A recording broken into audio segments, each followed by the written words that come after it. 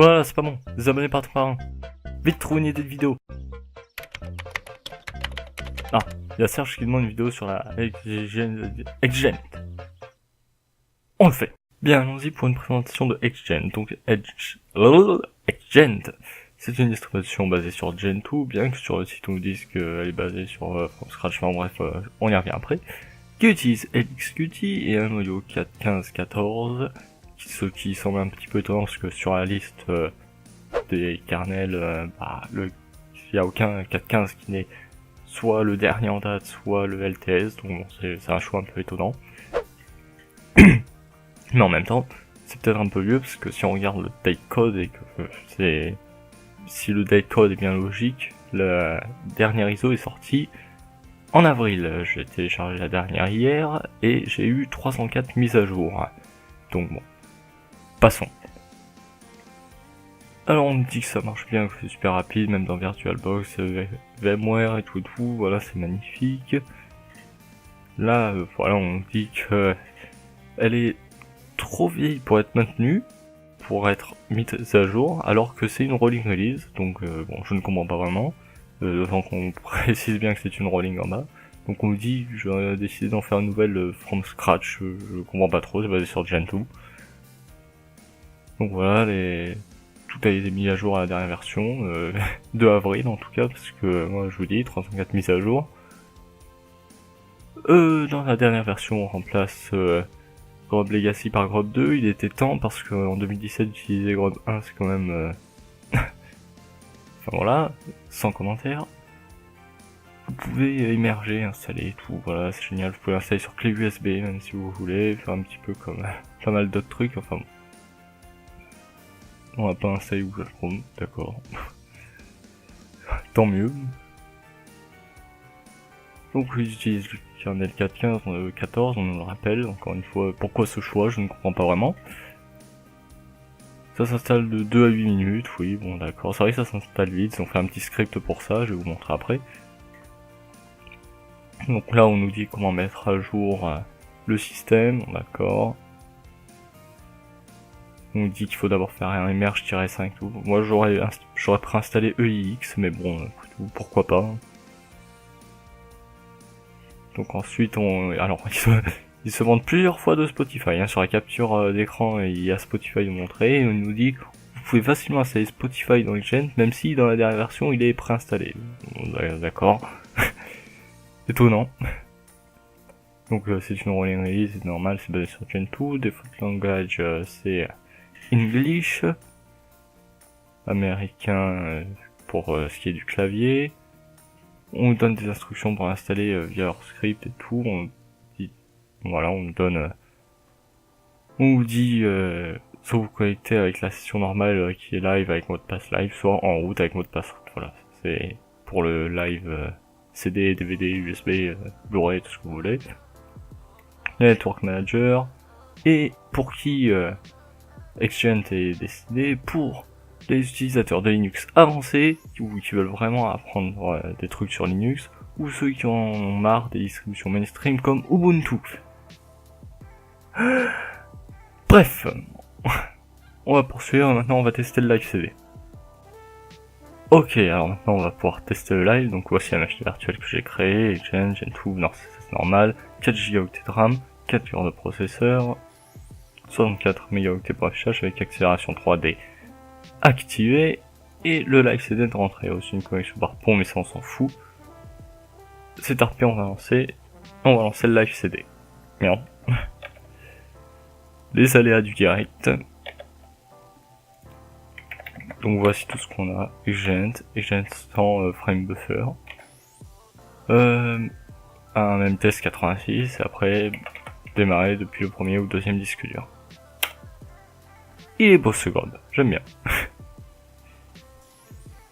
D'ailleurs ils ont repris le logo de Gentoo quoi. Ouais. Et après on nous dit from scratch, enfin bon, je comprends pas. J'avoue que je ne comprends pas. Donc, ça démarre super vite, donc là soit on lance un utilisateur live, soit on lance un utilisateur route.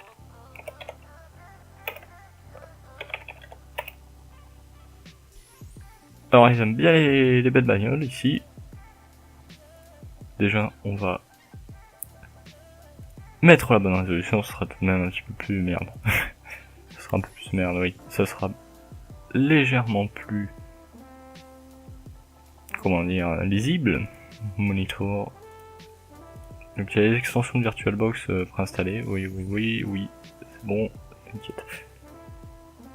Donc, la question logicielle, c'est un peu spécial. Bon, l'ISO est sorti il y a un moment, mais elle est pas renouvelée tous les mois, c'est bizarre. Parce que, si on regarde par exemple Firefox, ça a une version qui, si je ne me trompe pas, n'est pas LTS, mais... Enfin, ESR, non voilà, c'est marqué nulle part ESR, mais c'est pas la dernière en date. Comme le noyau, c'est spécial. Alors Spotify de préinstaller. Je comprends pas pourquoi ils sont aussi fiers de Spotify, quoi. J'ai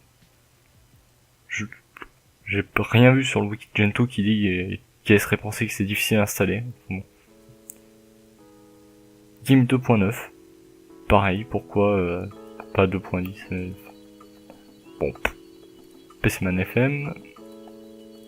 En version 0.11.1, ça normalement c'est la version d'LXQT. Hein. On n'a pas EX de préinstallé, on verra après. VLC, on n'a pas vraiment de lecteur audio à part Spotify. Donc VLC, quelle version? S'il se lance. Non, t'as pas envie, bon tant pis.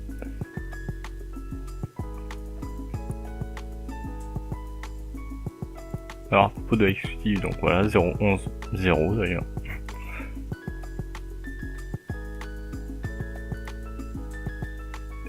Donc GIMP on l'a vu, Sandbox. On a que JParty, par contre on a 3 émulateurs de terminal. Pourquoi? Pas de LibreOffice.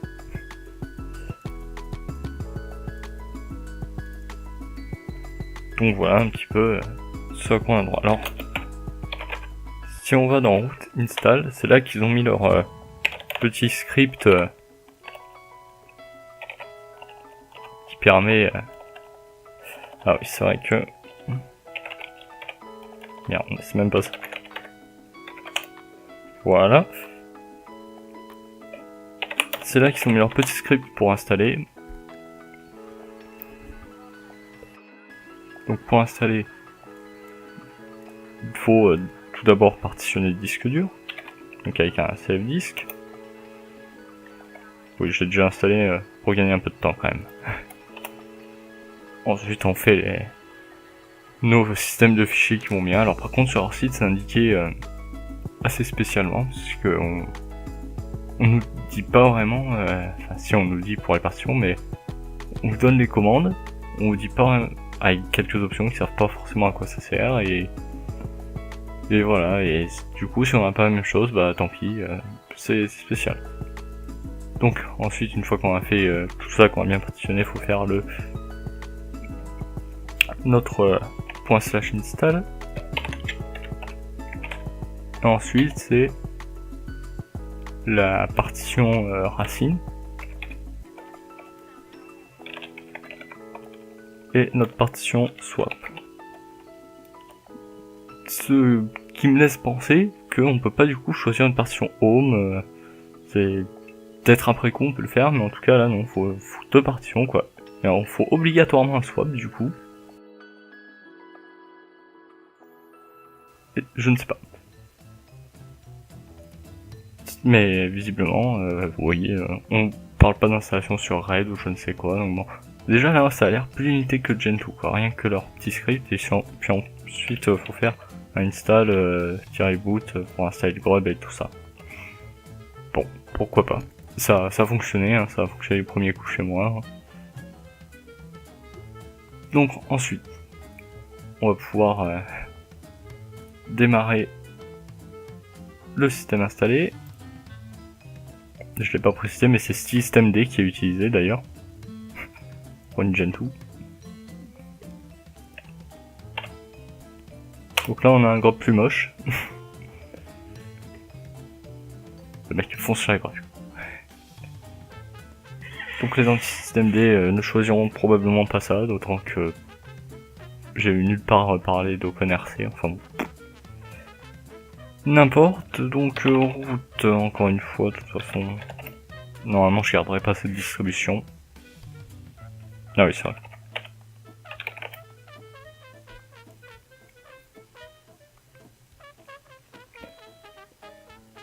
Ils aiment les belles bagnoles, ça c'est déjà un truc. Wow. Par contre... Ah si, ça. Ça, j'ai rien dit.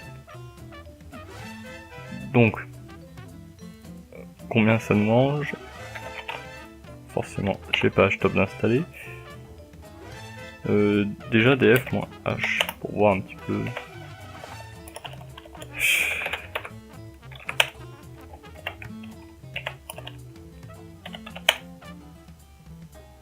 Et du coup, partition racine, 11 Go d'utiliser. C'est quand même pas mal pour du LXQT, ça fait pas mal quoi. D'autant qu'on n'a pas énormément de logiciels, hein. Ça fait un peu beaucoup je trouve. Après on nous dit qu'il y a les sources en USR, SRC, Linux, ça. Donc bon. On va dire qu'on leur pardonne. Donc normalement là j'ai eu X d'installer. Oui. Et après avoir fait toutes ces mises à jour, normalement on a des logiciels plus récents. Et je vais vous montrer pourquoi on a des logiciels récents, malgré qu'on soit sur Gentoo et que normalement la distribution est plutôt fait plutôt gaffe aux mises à jour, contrairement à Arch Linux. Bah non, du coup ça me fait mentir, Firefox c'est le même.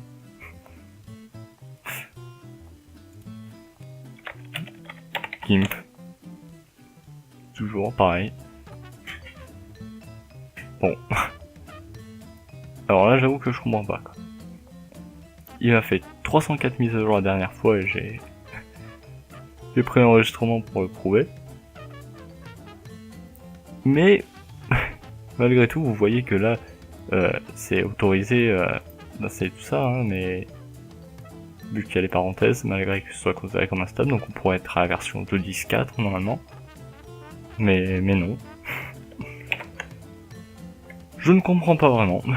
Ça, parce que si on regarde, c'est portage package.keywords, non il est même pas là. Voilà.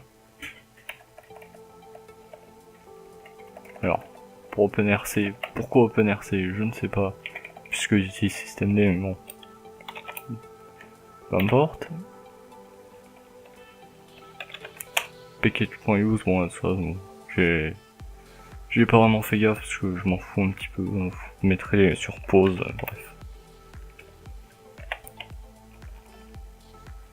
Package.mask, pareil, on avait un ou deux trucs, voilà, OpenSSH. Qu'est-ce qu'il y a avec cette version? Est-ce qu'elle est buggée? J'en sais rien, je ne sais rien. Mais surtout, le make.conf. Qu'avons-nous? Alors, use Python, alors je sais pas trop à quoi sert cette variable par rapport à Python target. C'est peut-être l'ancien Python target, j'en sais rien. Donc ABX 8664, donc bon ça voilà c'est bien. Ici on a tout ce qu'il nous faut pour VirtualBox, pour les touchpads et tout. Bon, tous les types de cartes graphiques d'installer. Bon, normalement on a moins J2, hein, pas moins J5, ça c'est moi qui l'ai remplacé parce que j'ai pas montré dans la FCD, mais c'est vrai que j'ai pas touché à grand chose, mais ça j'y ai touché parce que je me voyais mal compiler avec un seul cœur. Donc là je compilais avec les 4 que j'ai alloués à la machine. Accept licence, voilà. Alors on a que l'option Linguas qui est plutôt dépassée maintenant, on utilise vraiment plus trop à part quelques logiciels très spécifiques. Enfin très spécifiques non, par juste quelques logiciels, genre Ardour il me semble, ils utilisent encore Linguas. Donc en anglais. Et par contre pas de L10N, donc maintenant je vais la rajouter tout de suite.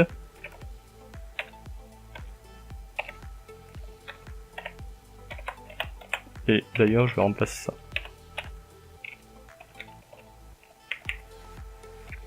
Donc qu'à lire donc les sources du noyau normalement.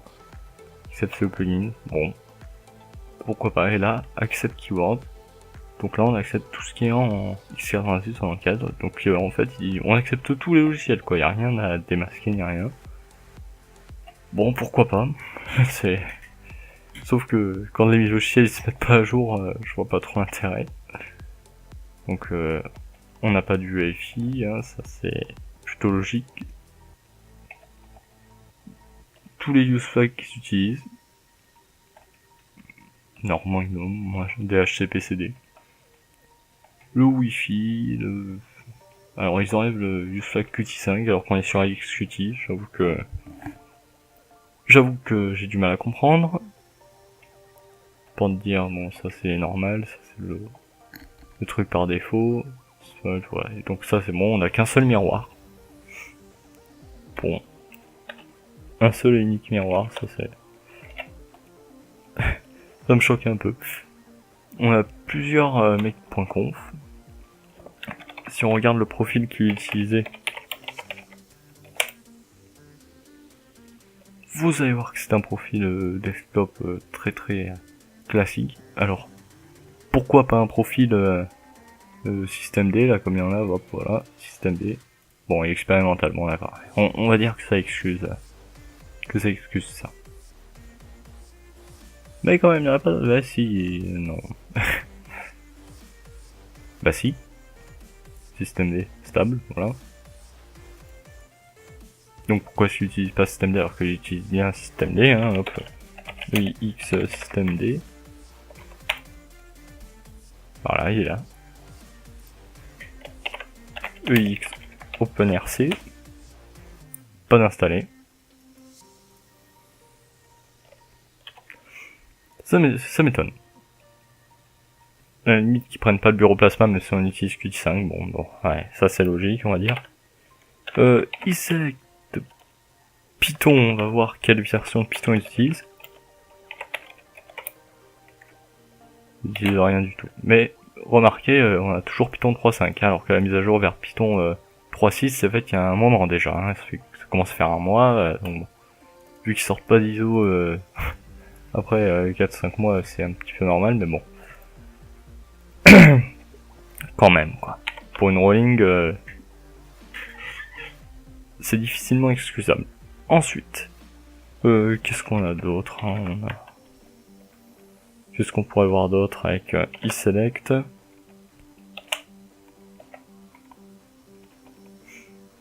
Oh, je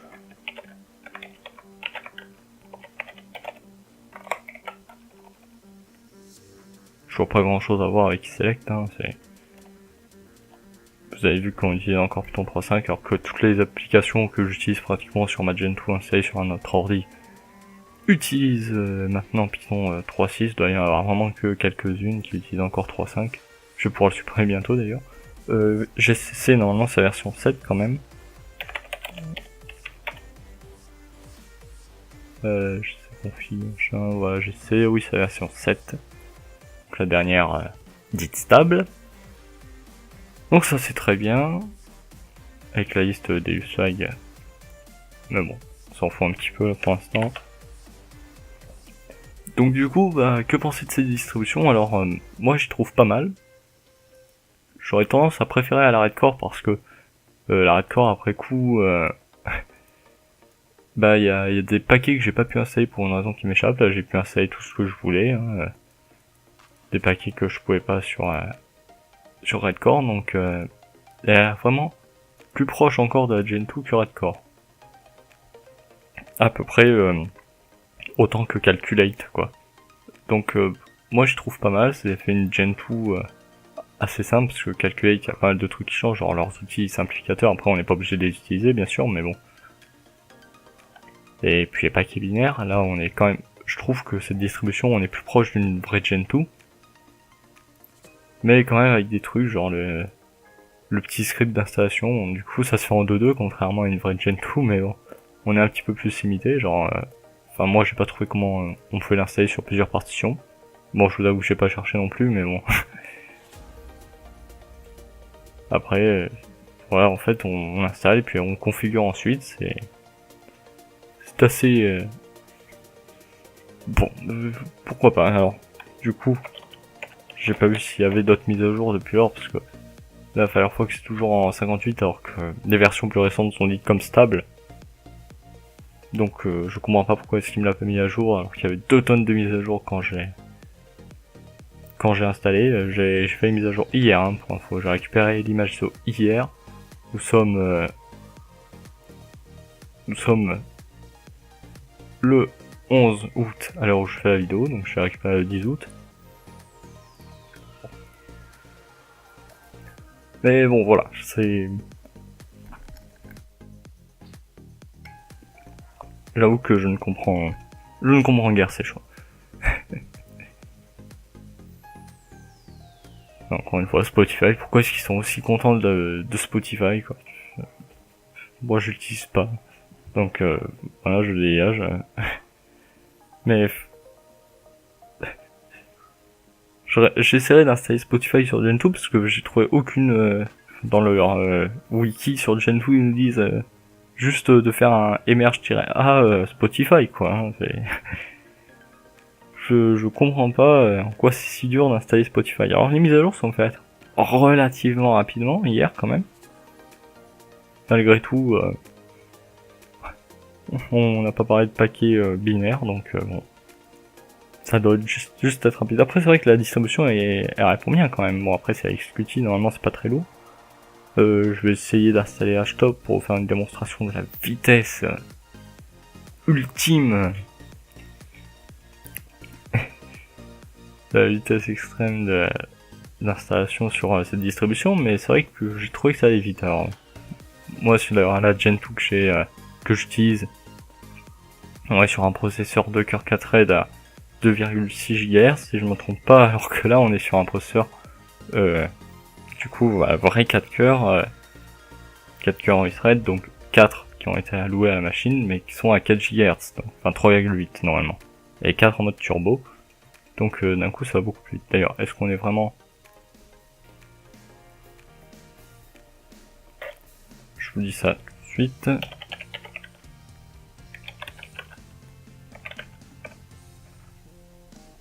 Non, là on est à 2,9. Donc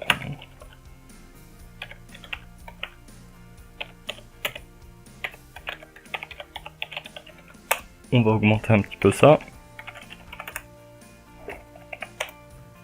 Et maintenant on est à pratiquement 4 GHz, 3,96. Go. Alors on a tout ça, donc CMake qui a une mise à jour. Mais toujours rien pour Firefox. Ça m'étonne. Ça m'étonne parce que enfin, là on voit clairement que c'est la version 61 là, elle est démasquée quoi. Ça me surprend. Je peux pas faire un emerge AVU Firefox.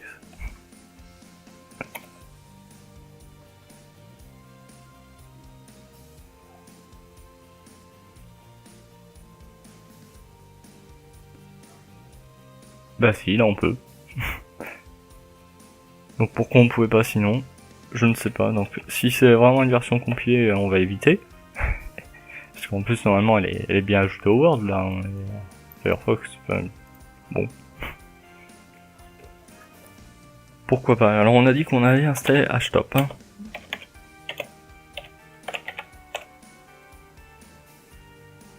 Donc il calcule les petites dépendances. On a ni EX ni les mines. Je m'embrouille, je fais mon dyslexique là. On a ni EIX ni les man d'installer par défaut sur la distribution. Moi je les aurais mis, mais bon.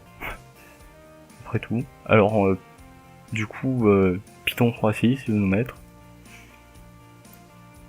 Bon allez, on va modifier quelques trucs quand même parce que j'ai pas envie de réinstaller toute une nouvelle version de Python juste pour ça en fait.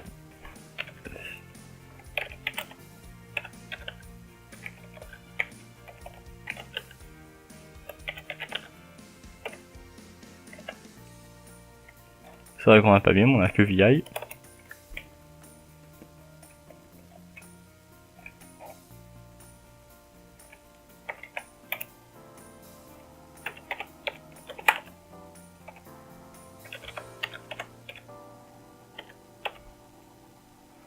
Comment ça noter déjà normalement?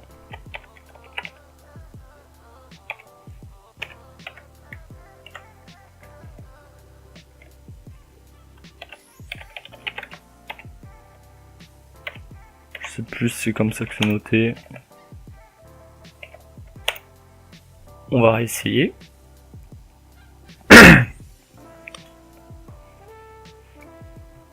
Non, il veut pas.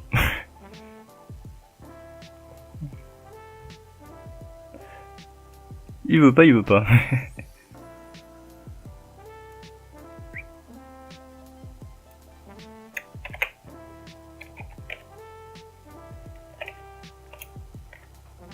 Donc, on va refaire ça.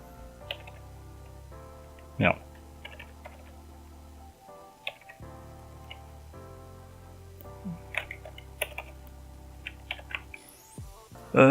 Python 3.5, on va le garder.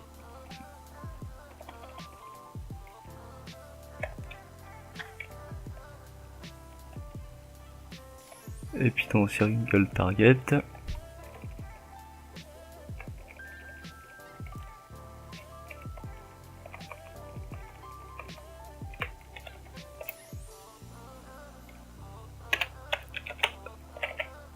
Et on va réessayer.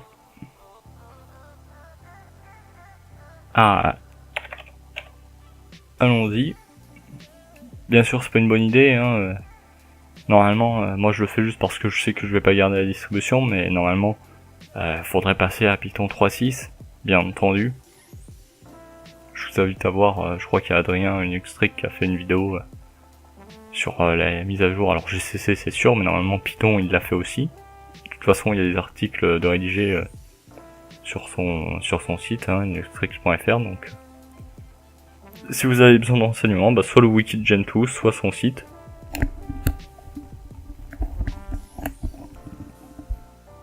Ça sera très bien. Donc, oh, ça sera vraiment installé vite. Hein. Bon, c'est vrai que HTOP c'est pas un gros paquet. On est à 218 mégaoctets. Ouais, pas mal. Pas mal, c'est assez peu. Bon, c'est vrai que c'est l'exécutif qu'on a, donc c'est pas vraiment un truc super lourd, mais d'autant qu'on a lancé des trucs. Mais c'est vrai que c'est quand même peu. Moi, sur mon ordi, avec Gentoo installé, j'ai supprimé dans le noyau plein de pilotes, de cartes son, etc., etc., de cartes réseau, de Bluetooth, de tout même. Et avec Maté de lancer, je suis à 240 mégaoctets. Donc bon, c'est vrai que c'est pas mal. Ça va, c'est léger. Donc vraiment, moi je suis partagé. Je trouve cette distribution vraiment pas mal. Mais il y a des choix là. Pourquoi est-ce que Firefox n'est pas mis dans le Word? Franchement, je comprends pas. Bon, on a un outil de capture écran, c'est incroyable. Pourquoi GIMP non plus n'est pas mis alors que visiblement est-ce qu'ils m'ont fait un emerge-1 pour pas l'inscrire au Word? Parce que, enfin, j'avoue que je ne comprends pas vraiment l'idée. Moi je les aurais mis dans le Word. Emerge avec U. Non, on sent le mec qui a l'habitude de mettre à jour Gentoo.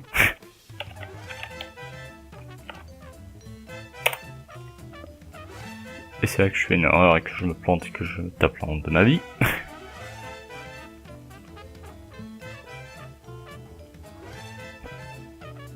Mais...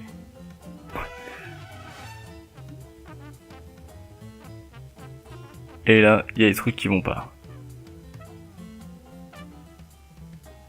Donc là, on nous donne une liste de trucs à faire. Faut pas trop rester en compagnie. Là, une lettre.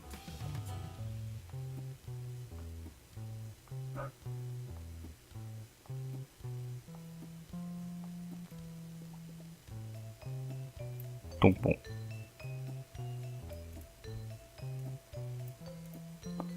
Après, je vais pas m'embêter à changer, hein. Je vous le dis, je vais pas la garder, cette distrib. faudrait que je le fasse, j'ai eu à le faire pour par exemple LibreOffice Bean qui utilise Python 3.5 et quand j'ai changé dans le make.conf sur Magento pour passer à Python 3.6, j'ai dû garder useFlag ou ce genre de truc. Bon après ça c'est plutôt classique quand on connaît le monde Gentoo, hein, y a rien de bien phénoménal là-dedans. Donc je pense que je vous ai à peu près tout montré, tout le fichier de configuration vraiment propre à Gentoo qu'on a. Donc bon, moi j'y trouve pas mal. J'y trouve pas mal, mais des trucs bizarres quand même. Pourquoi est-ce que Firefox se met pas à jour directement? Ça m'étonne. Pourquoi est-ce qu'ils mettent autant de temps pour ressortir des images ISO alors qu'on nous dit ils nous précisent bien sur leur site, attention, hein, vous devez faire une mise à jour au moins une fois par mois pour être sûr que ça se passe bien. Et là ça fait avril, mai, juin, juillet, voilà, ça fait 4 mois que nous n'ont toujours pas sorti de nouvelle version. Donc bon, je suis partagé. À la fois je me dis pourquoi pas pour appréhender le monde Gentoo, même si moi je pense qu'on peut bien le faire avec Calculate. Là ce sera plus proche du monde Gentoo, mais bon. À la limite Calculate, on enlève le dépôt Calculate pour les paquets binaires, on supprime leur truc, ça peut y ressembler. Et puis il y aura OpenRC par défaut, il y a même que OpenRC si je me trompe pas dans Calculate. Après l'avantage normalement c'est qu'on peut utiliser GNOME du coup.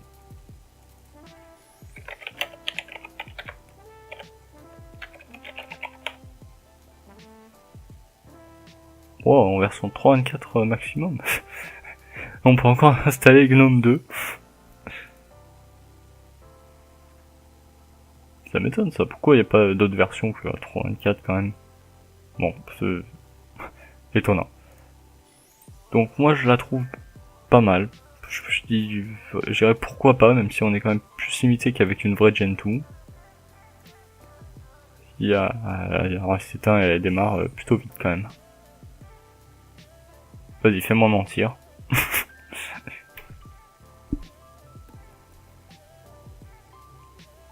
Donc pourquoi pas. Moi je la trouve pas mal. Donc j'espère que Serge qui voit cette vidéo sera content d'avoir enfin un test en français de cette distribution. J'espère que j'aurai montré suffisamment de trucs puisque je suis pas un super pro Gentoo ou quoi, j'aime en servir un minimum, voilà, ça doit faire à peu près 1 an que j'ai d'installer Gentoo sur un de mes ordi et je continue de la maintenir et pour l'instant ça se passe bien. Et voilà, je me considère pas comme un grand pro et tout. Donc j'espère que ça vous aura fait plaisir. Moi je trouve que c'est pas mal, qu'il y a des trucs étranges mais on doit pouvoir y remédier quand même. On autorise on autorise des licences, on autorise des paquets considérés comme instables, ça c'est bizarre par contre, parce que c'est vrai que Gentoo, ils mettent vraiment en avant la stabilité, mais là on rend tous les paquets stables. Bon, ça me paraît bizarre. Bref, sur ce, j'espère que la vidéo vous aura quand même plu, et qu'elle aura pas été trop longue, et je vous dis à ciao, et à la prochaine.